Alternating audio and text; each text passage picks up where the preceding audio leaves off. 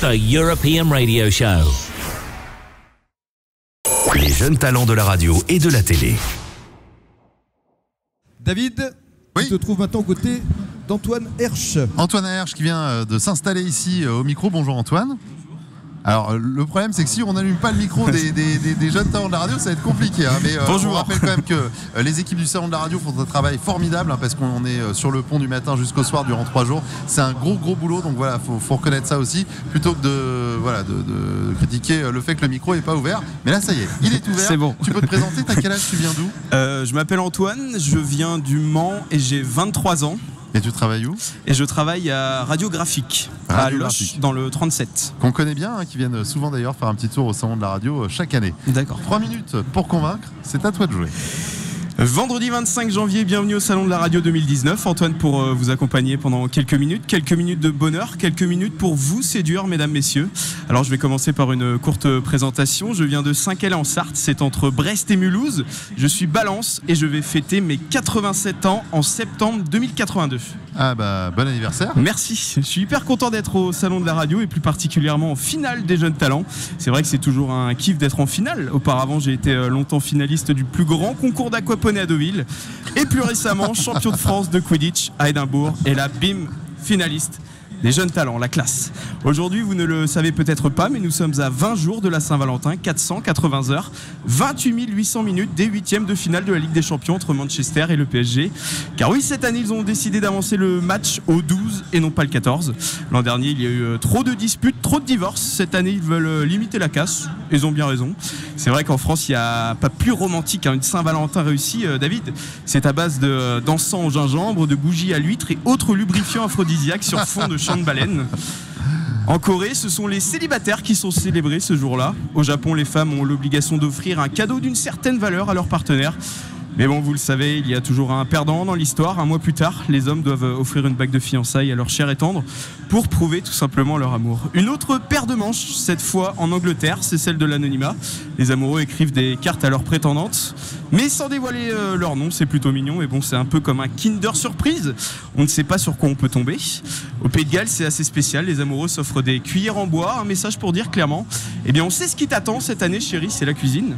En Afrique du Sud, le jour de la Saint-Valentin, le conjoint doit se tatouer le nom de son ou sa chérie pour un amour éternel. Bon, vu le nombre de divorces là-bas, ça pourrait carrément vous coûter un bras. Plus sportif, en Finlande, il faut courir avec sa dulcinée dans les bras. Le gagnant remporte tout simplement le poids de sa compagne en boisson. Bon, je vais m'arrêter là, je pense avoir fait le tour. Mais avant de rendre l'antenne, mesdames, j'avais une dernière question à vous poser. Est-ce que vous êtes vraiment foot de lui ou alors vous vous en foutez? Mais attention, faut pas se tromper, une lettre presse, c'est dangereux quand même ce genre de phrase.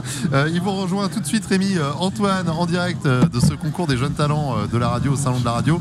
Catégorie animateur, hein. Je vous rappelle qu'il y a 4 catégories. On retrouvera bien sûr les journalistes ensuite, chroniqueurs, chroniqueuses, également les jeunes talents TVNet. Donc voilà ce deuxième candidat dans la catégorie animatrice-animateur qui vous rejoint ici sur la scène, Rémi, pour répondre aux questions du jury. Je pense que les délibérations seront compliquées parce qu'il y a du niveau. Absolument, il arrive, Antoine Hersch, on peut l'applaudir, qui nous vient donc de Loche avec la station graphique.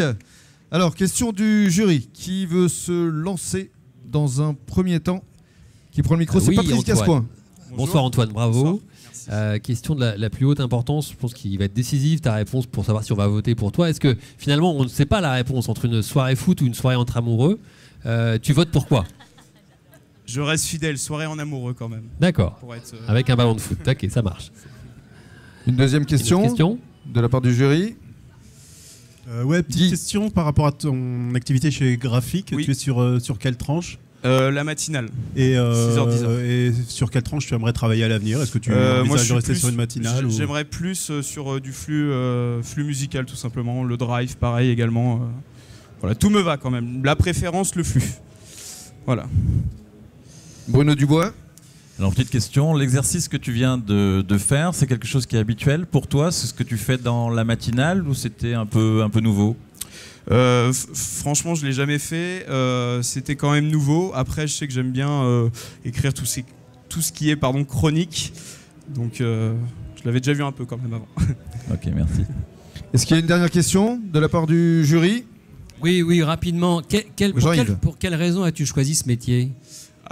Tout simplement pour accompagner les gens. J'aime bien amener ma patte quand la personne se lève tout simplement le matin, qui écoute cette radio.